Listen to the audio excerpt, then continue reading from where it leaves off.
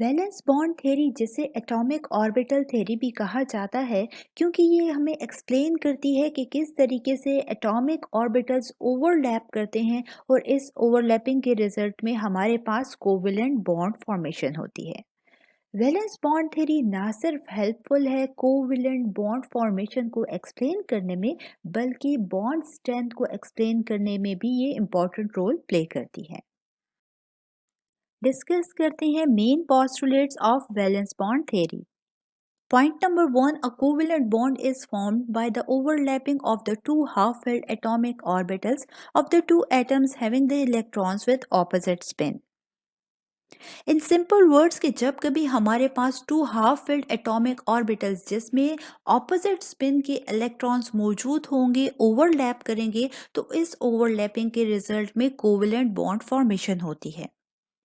जैसे कि आप स्क्रीन पर देख सकते हैं कि हाफ फिल्ड एटॉमिक ऑर्बिटल यानी जिसमें हमारे पास ऐसा ऑर्बिटल जहां पर हमारे पास सिंगल इलेक्ट्रॉन मौजूद हो, उसे हाफ फिल्ड एटॉमिक ऑर्बिटल कहा जाता है।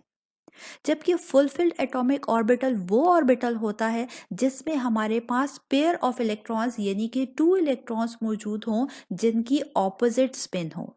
यानी कि अगर फर्स्ट इलेक्ट्रॉन हमारे पास क्लॉकवाइज स्पिन शो करेगा, तो सेकंड इलेक्ट्रॉन हमारे पास एंटी क्लॉकवाइज स्पिन शो करेगा। और एज अ रिजल्ट हमारे पास जो एटॉमिक ऑर्बिटल फॉर्मेशन होती है वो फुल फिल्ड एटॉमिक ऑर्बिटल कहलाता है। याद रखें कि हाफ फिल्ड एटॉमिक ऑर्बिटल हमेशा अनस्टेबल होता है, क्योंकि किसी भी ऑर्बिटल में मैक्सिमम 2 इलेक्ट्रॉन्स अकोमोडेट हो सकते हैं और हर ऑर्बिटल ये चाहता है कि वो अपने सेकंड इलेक्ट्रॉन को कहीं से शेयरिंग के जरिए या ट्रांसफर ऑफ इलेक्ट्रॉन के जरिए कंप्लीट कर ले, यानी कि वो फुल फिल्ड होकर स्टेबल हो जाए। ठीक है, यही वजह है कि हमारे पास हमेशा जब कभी कोवेलेंट बॉन्ड फॉर्मेशन होती है, तो यहाँ पर जो रिक्वायरमेंट होती है वो ये कि हमारे पास orbital half filled atomic orbital होना चाहिए फर्स्टली। सेकेंडली, उसमें जो इलेक्ट्रॉन होगा जो ऑर्बिटल ओवरलैप करेंगे उनमें ऑपोजिट स्पिन के इलेक्ट्रॉन्स मौजूद होने चाहिए। यानी कि अगर फर्स्ट ऑर्बिटल जो ओवरलैपिंग में इन्वॉल्व है उसमें हमारे पास जो इलेक्ट्रॉन है वो क्लॉकवाइज स्पिन के साथ होगा, तो सेकेंड ऑर्बिटल जिसका हमारे पास ओवरलैपिंग कर रहा है किसी भी एटम का, उसमें इलेक्ट्रॉन एंटी क्लॉकवाइज स्पिन के साथ मौजूद होगा, तो तभी ओवरलैपिंग के रिजल्ट में कोवेलेंट बॉन्ड फॉर्मेशन होगी। Number 2, strength of a covalent bond depend on the extent of overlapping of atomic orbitals. Greater the overlapping area, stronger and shorter is the bond. Second postulate जो कि हमें explain करता है strength of a covalent bond को, यानी जो भी covalent bond formation हमारे पास एटॉमिक ऑर्बिटल्स की ओवरलैपिंग के रिजल्ट में होगी वो कितनी स्ट्रॉन्ग या वीक होगा। हमें यहाँ पर यह बताया जाता है कि जब कभी हमारे पास ओवरलैपिंग एरिया ज़्यादा होगा एटॉमिक ऑर्बिटल्स का, तो इसके रिजल्ट में हमारे पास shorter and stronger bond formation होगी। जैसे कि आप स्क्रीन पर देख सकते हैं कि हमारे पास यहाँ पर two half filled atomic orbitals S orbitals मौजूद हैं। जब ये ऑर्बिटल्स आपस में ओवरलैप करेंगे जिनमें इलेक्ट्रॉन्स ऑपोजिट स्पिन के साथ मौजूद हैं, तो यहाँ पर आप देख सकते हैं as a result covalent bond formation होगी। अब क्वेश्चन ये है कि ये जो कोवेलेंट बॉन्ड फॉर्मेशन यहाँ पर एस एस ओवरलैपिंग के रिजल्ट में हो रही है, क्या ये स्ट्रॉन्ग या वीक बॉन्ड होगा? तो याद रखें कि जब कभी भी हमारे पास atomic orbitals half filled atomic orbitals overlap करेंगे और यहाँ पर टू एटम्स के न्यूक्लियाई के दरमियान ओवरलैपिंग जैसे कि आप स्क्रीन पर देख सकते हैं हो रही है, तो इसके रिजल्ट में क्या होगा कि जो टू इलेक्ट्रॉन्स शेयरिंग कर रहे हैं इनको दोनों तरफ जो एस ऑर्बिटल्स में मौजूद न्यूक्लियाई हैं वो इनको क्या करेंगे, अट्रैक्ट करेंगे। एज अ रिजल्ट हमारे पास क्या होगा, बॉन्ड लेंथ रिड्यूस्ड हो जाएगी, शॉर्ट हो जाएगी और इसके रिजल्ट में हमारे पास स्ट्रॉन्ग बॉन्ड फॉर्मेशन होगी। ठीक है, अब यहाँ पर अगर हम बात करें कि हमारे पास वीक बॉन्ड फॉर्मेशन कब होगी, तो याद रखिए जैसे कि आप स्क्रीन पर देख सकते हैं कि हमारे पास यहाँ पर 2p ऑर्बिटल्स मौजूद हैं। अब यहाँ पर जो ऑर्बिटल्स हैं इनमें इलेक्ट्रॉन, जब p ऑर्बिटल की बात की जाए तो हमें मालूम है कि यहाँ पर जो इलेक्ट्रॉन्स होते हैं, अगर py या pz ऑर्बिटल की बात की जाए तो यहाँ पर ऑर्बिटल्स जो मौजूद होते हैं ये ओवरलैप हमेशा करते हैं। कहाँ करते हैं? साइड वाइज या पैरेलल ओवरलैपिंग करते हैं। इसे अभी हम डिटेल में डिस्कस करेंगे। तो यहाँ पर आप देख सकते हैं कि न्यूक्लियस जो इन ऑर्बिटल्स के मिड में मौजूद होता है और जो इलेक्ट्रॉन ओवरलैपिंग कर रहे होते हैं ये इससे काफ़ी डिस्टेंस पर होते हैं। यही वजह है कि हमारे पास ये जो बॉन्ड फॉर्मेशन होती है ये वीक कोवेलेंट बॉन्ड फॉर्मेशन करते हैं। इसमें हमने अभी डिटेल में डिस्कस करने कि किस तरीके से हमारे पास ये ओवरलैपिंग हो रही होती है, कौन सी टाइप्स की ओवरलैपिंग होती है और इसके रिजल्ट में किस तरीके की बॉन्ड फॉर्मेशन होती है। कुछ देर में भी हम इसे डिटेल में डिस्कस करेंगे। Point number 3, due to increased attraction in the combined state, the electrons share although they repel each other. Before sharing, each electron of an atom is attracted by only one nucleus, but after sharing, each electron is attracted by two nuclei.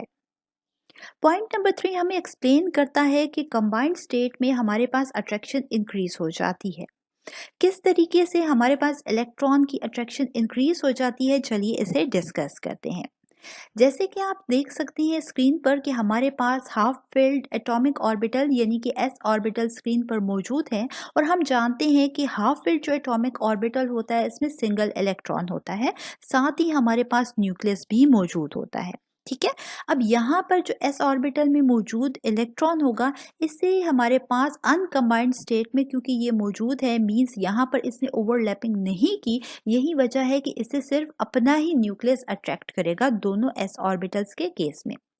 जबकि हमारे पास जब कभी ये half filled atomic orbitals जिसमें opposite spin के electron मौजूद हैं ये ओवरलैप करेंगे, जैसे कि आप प्रोडक्ट साइड पर देख सकते हैं कि एसएस ओवरलैपिंग हो रही है, तो इसके रिजल्ट में अब हमारे पास क्या होगा कि दोनों जो हाफ फिल्ड एटॉमिक ऑर्बिटल्स हैं इनमें न्यूक्लियाई मौजूद हैं। ठीक है, और साथ ही हमारे पास यहाँ पर एक एटॉमिक ऑर्बिटल का 1 इलेक्ट्रॉन जबकि दूसरे एटॉमिक ऑर्बिटल का 2nd इलेक्ट्रॉन यहाँ पर है और एज अ रिजल्ट हमारे पास क्या होगा, अब ये जो शेयर्ड इलेक्ट्रॉन पेयर है कंबाइंड स्टेट में इसे दोनों जो हाफ फिल्ड एटॉमिक ऑर्बिटल्स हैं जो ओवरलैप कर रहे हैं इनके न्यूक्लियाई जो होंगे अपनी तरफ अट्रैक्ट करेंगे। यही वजह है कि हमारे पास यहाँ पर क्या होगा, अट्रैक्शन जो होगी बढ़ जाएगी कंबाइंड स्टेट में क्योंकि दोनों हाफ फिल्ड एटॉमिक ऑर्बिटल्स के न्यूक्लियाई इन इलेक्ट्रॉन्स को आपस में अपनी तरफ अट्रैक्ट करेंगे, जिसकी वजह से हमारे पास यहाँ पर अट्रैक्शन कंबाइंड स्टेट में बढ़ जाएगी। अब तक हमने ये डिस्कस किया कि जब कभी एटॉमिक ऑर्बिटल्स यानी कि हाफ फिल्ड एटॉमिक ऑर्बिटल्स जिनमें ऑपोजिट स्पिन के इलेक्ट्रॉन्स मौजूद होंगे वो ओवरलैप करेंगे तो इसकी ओवरलैपिंग के रिजल्ट में हमारे पास कोवेलेंट बॉन्ड फॉर्मेशन होगी। चलिए जानते हैं कि किस तरीके से ये ओवरलैपिंग होती है। तो याद रखिए कि हमारे पास by the overlapping of atomic orbitals 2 types of bonds are formed. First is the sigma bond and the second is the pi bond. यानी कि जब कभी एटॉमिक ऑर्बिटल्स ओवरलैप करेंगे तो 2 टाइप्स की बॉन्ड फॉर्मेशन होगी जो कि है सिग्मा एंड पाई बॉन्ड। चलिए डिटेल में डिस्कस करते हैं कि सिग्मा एंड पाई बॉन्ड क्या है।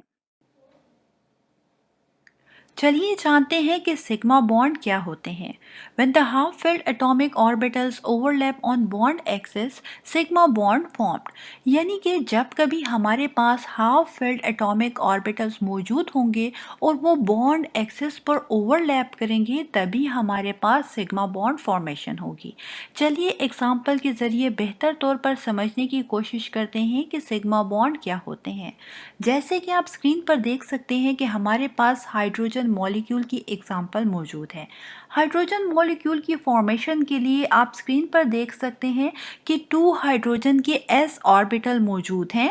ये s ऑर्बिटल जो होते हैं इनमें हमारे पास हम जानते हैं कि हाइड्रोजन के s ऑर्बिटल में 1 इलेक्ट्रॉन मौजूद होता है, यानी कि ये हाफ फिल्ड होता है और इसे अपने डुप्लेट को कंप्लीट करने के लिए 2 इलेक्ट्रॉन्स यानी एक और इलेक्ट्रॉन की ज़रूरत होती है, तभी हाइड्रोजन का डुप्लेट कंप्लीट होता है।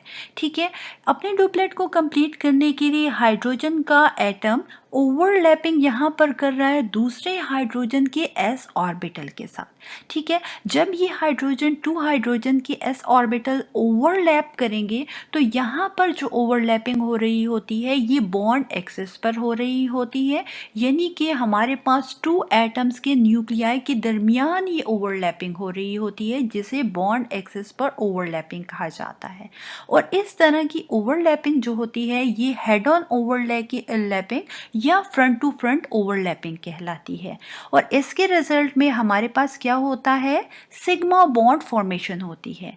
और यहाँ पर जब टू हाइड्रोजन की s ऑर्बिटल की हेड ऑन ओवरलैपिंग होगी, एज अ रिजल्ट हमारे पास यहाँ पर हाइड्रोजन मॉलिक्यूल की फॉर्मेशन होगी, सिग्मा बॉन्ड बनेगा और ये हमारे पास हेड ऑन ओवरलैपिंग या फ्रंट टू फ्रंट ओवरलैपिंग से यहाँ पर हाइड्रोजन मॉलिक्यूल की फॉर्मेशन हुई है। याद रखिए कि हमारे पास जो हाइड्रोजन बॉन्डिंग में ओवरलैपिंग हुई है, क्योंकि ये हेड ऑन ओवरलैपिंग है और इसके रिजल्ट में जो बॉन्ड फॉर्मेशन हुई है ये सिग्मा बॉन्ड कहलाती है।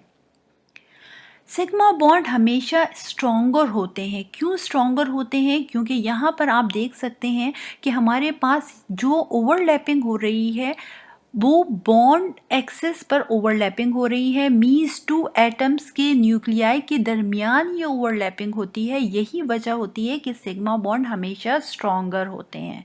ठीक है, और ये भी याद रखिए कि तमाम के तमाम जो सिंगल कोवेलेंट बॉन्ड होते हैं ये सिग्मा बॉन्ड होते हैं। चलिए जानते हैं कि हमारे पास कब सिग्मा बॉन्ड फॉर्मेशन हो सकती है। सिग्मा बॉन्ड फॉर्मेशन के लिए ये ज़रूरी है कि हम जानें कि वो कौन सी कंडीशन है जब सिग्मा बॉन्ड फॉर्मेशन होगी। फर्स्टली हमारे पास जब two half filled atomic orbitals मौजूद होंगे और वो बॉन्ड एक्सिस पर ओवरलैप करेंगे, यानी हेड ऑन ओवरलैपिंग या फ्रंट टू फ्रंट ओवरलैपिंग करेंगे, तो इसके रिजल्ट में हमारे पास सिग्मा बॉन्ड फॉर्मेशन होगी। चलिए एग्जांपल से इसे समझने की कोशिश करते हैं। फर्स्टली हम जानेंगे कि एस एस ओवरलैपिंग क्या होती है। जैसे कि आप स्क्रीन पर देख सकते हैं कि हमारे पास 2s ऑर्बिटल मौजूद हैं और ये हाफ फिल्ड एटॉमिक ऑर्बिटल्स हैं।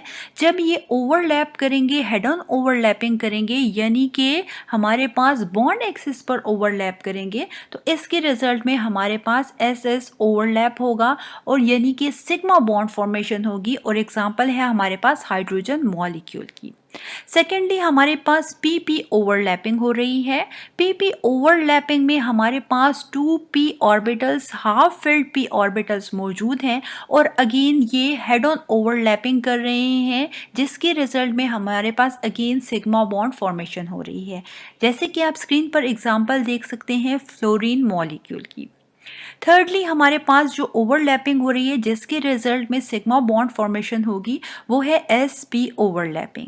अगेन यहाँ पर हाइड्रोजन और फ्लोरीन के एटॉमिक ऑर्बिटल्स जो कि हाफ फिल्ड एटॉमिक ऑर्बिटल्स हैं, ये हमारे पास अगेन हेड ऑन ओवरलैपिंग कर रहे हैं। एज अ रिजल्ट हमारे पास sp ऑर्बिटल ओवरलैपिंग हो रही है, यानी कि अगेन सिग्मा बॉन्ड फॉर्मेशन हो रही है। और ये एग्जाम्पल है हमारे पास हाइड्रोजन फ्लोराइड की। So what is pi bond?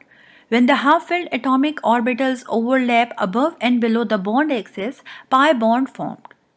यानी कि जब कभी हमारे पास हाफ फिल्ड एटॉमिक ऑर्बिटल्स मौजूद होंगे और वो above and below the bond axis overlap करेंगे, तो इसके रिजल्ट में जो बॉन्ड फॉर्मेशन होगी वो पाई बॉन्ड कहलाती है। ठीक है, याद रखिए कि हमारे पास पाई बॉन्ड के केस में जो ओवरलैपिंग हो रही होती है हाफ फिल्ड एटॉमिक ऑर्बिटल्स की, वो पैरेलल या साइड वाइज ओवरलैपिंग कहलाती है। यही वजह है कि हमारे पास पाई बॉन्ड वीकर होते हैं as compare to the sigma bond, क्योंकि यहाँ पर हमारे पास जो इलेक्ट्रॉन डेंसिटी मौजूद होती है वो अबव और बिलो द बॉन्ड एक्सिस होती है, यानी कि न्यूक्लियस से काफ़ी दूर होती है, जिसकी वजह से हमारे पास पाई बॉन्ड वीकर होते हैं as compare to the sigma bond. अगर हम बात करें कि हमारे पास सिंगल, डबल एंड ट्रिपल के केस में सिग्मा बॉन्ड और पाई बॉन्ड कब फॉर्म्ड होंगे, तो याद रखें कि हमारे पास अगर सिंगल कोवेलेंट बॉन्ड की बात की जाए तो तमाम के तमाम single covalent bond sigma bond होते हैं।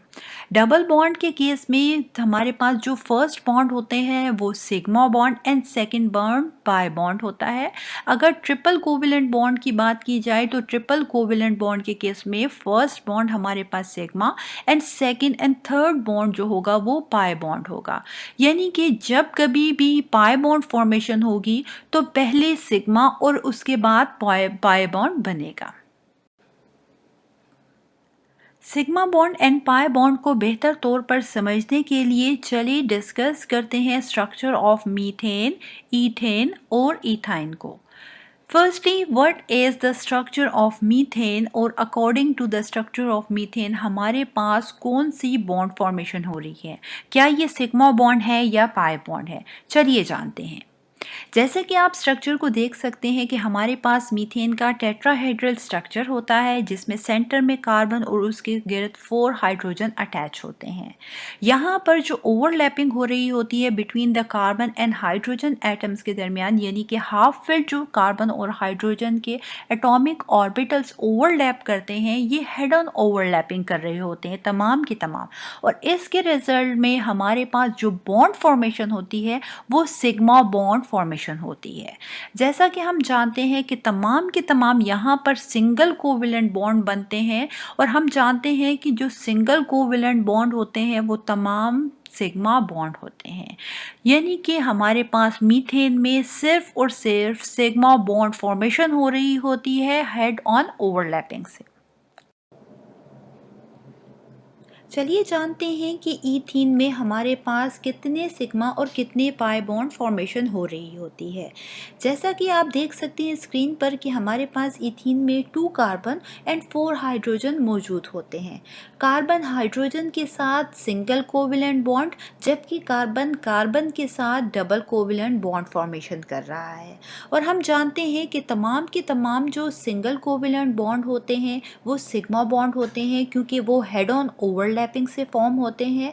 और साथ ही हमें ये भी मालूम है कि जब कभी डबल बॉन्ड या ट्रिपल बॉन्ड बनता है तो तब फर्स्ट बॉन्ड सिग्मा और सेकंड और थर्ड बॉन्ड जो होता है वो पाई बॉन्ड होता है। तो यहाँ पर जो कार्बन कार्बन के साथ डबल बॉन्ड बना रहा है, यहाँ पर फर्स्ट बॉन्ड सिग्मा बॉन्ड होगा जो कि हेड ऑन ओवरलैपिंग से फॉर्म होगा, और सेकंड बॉन्ड जो कि कार्बन कार्बन के साथ बना रहा है ये हमारे पास पाई बॉन्ड होगा, और डेफिनेटली ये जो होगा ये पैरेलल या साइडवाइज ओवरलैपिंग से फॉर्म होगा। ठीक है फ्रेंड्स, इसी इथीन की स्ट्रक्चर को तो हमने डिस्कस कर लिया। चलिए जानते हैं ये सिग्मा और पाई बॉन्ड की फॉर्मेशन को ऑर्बिटल स्ट्रक्चर के जरिए। जैसा कि आप स्क्रीन पर ऑर्बिटल स्ट्रक्चर ऑफ इथीन को देख सकते हैं ताकि हम बेहतर तौर पर डिस्कस कर सकें sigma bond and pi bond formation को इन इथीन में। ठीक है, अब हम जानते हैं कि जब कभी हेड ऑन ओवरलैपिंग होती है तो इसके रिजल्ट में सिग्मा बॉन्ड फॉर्मेशन होती है, और साथ ही हम ये भी जानते हैं कि तमाम जो सिंगल कोवेलेंट बॉन्ड होते हैं वो सिग्मा बॉन्ड होते हैं। तो जैसा कि हमने देखा इससे पहले लेविस स्ट्रक्चर में भी कि हमारे पास जो कार्बन है इथेन में हर कार्बन 3 सिग्मा बॉन्ड बना रहा है और ये हेड ऑन ओवरलैपिंग के जरिए बना रहा है। ठीक है, तो फर्स्टली आप देखिए कार्बन और हाइड्रोजन जो है इनके ऑर्बिटल ओवरलैप करेंगे, हेड ऑन ओवरलैपिंग करेंगे, और इसके रिजल्ट में सिग्मा बॉन्ड फॉर्मेशन होगी। और साथ ही साथ कार्बन की कार्बन के साथ हेड ऑन ओवरलैपिंग हो रही है हाफ फिल्ड एटॉमिक ऑर्बिटल की, और इस तरीके से हमारे पास इसमें हर कार्बन जो है वो 3 सिग्मा बॉन्ड फॉर्मेशन कर रहा है, जबकि दूसरी तरफ हमारे पास 1 पाई बॉन्ड फॉर्मेशन भी यहाँ पर हो रही है, और यहाँ पर 2p ऑर्बिटल्स जो हैं वो ओवरलैप कर रहे हैं above and below the bond axis, जैसे कि आप देख सकते हैं डायग्राम में। इसके रिजल्ट में हमारे पास जो बॉन्ड फॉर्मेशन हो रही है वो पाई बॉन्ड है।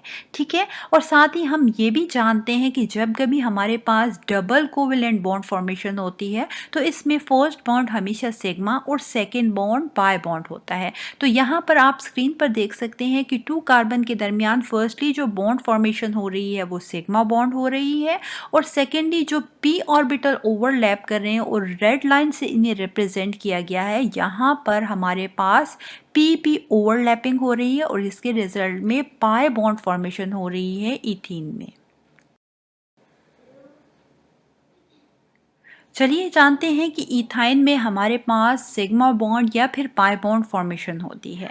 जैसे कि आप लेविस स्ट्रक्चर ऑफ इथाइन को देख सकते हैं, यहाँ पर कार्बन और हाइड्रोजन के दरमियान सिंगल कोवेलेंट बॉन्ड, जबकि कार्बन का कार्बन के साथ ट्रिपल कोवेलेंट बॉन्ड बन रहा होता है। हम जानते हैं कि तमाम के तमाम जो सिंगल कोवेलेंट बॉन्ड होते हैं वो सिग्मा बॉन्ड होते हैं, और साथ ही हमें ये भी मालूम है कि जब कभी ट्रिपल कोवेलेंट बॉन्ड फॉर्मेशन होती है तो ट्रिपल कोवेलेंट बॉन्ड में फर्स्ट बॉन्ड हमेशा सिग्मा बॉन्ड और सेकंड और थर्ड बॉन्ड हमेशा पाई बॉन्ड होते हैं। यानी कि अगर हम यहाँ पर देखें तो हर कार्बन जो है वो एक कार्बन हाइड्रोजन के साथ सिग्मा बॉन्ड बना रहा है और दूसरी साइड पर कार्बन कार्बन के साथ एक सिग्मा बॉन्ड बना रहा है, जबकि कार्बन कार्बन के साथ 2 पाई बॉन्ड बना रहा है। क्यों बना रहा है? क्योंकि ट्रिपल कोवेलेंट बॉन्ड में फर्स्ट सिग्मा और सेकंड 2 बॉन्ड जो होते हैं हमेशा पाई बॉन्ड होते हैं। ठीक है, इस तरीके से जो हमारे पास इथाइन है इसका लीनियर स्ट्रक्चर होता है, और हम इस तरीके से बेहतर तौर पर समझ सकते हैं कि हमारे पास क्या हो रहा है, कौन सी बॉन्ड फॉर्मेशन हो रही है। लेकिन साथ ही साथ हम देखेंगे ऑर्बिटल डायग्राम को भी, ताकि बेहतर तौर पर आप सिग्मा और पाई बॉन्ड को समझ सकें। स्क्रीन पर आप देख सकते हैं ऑर्बिटल स्ट्रक्चर ऑफ इथाइन को।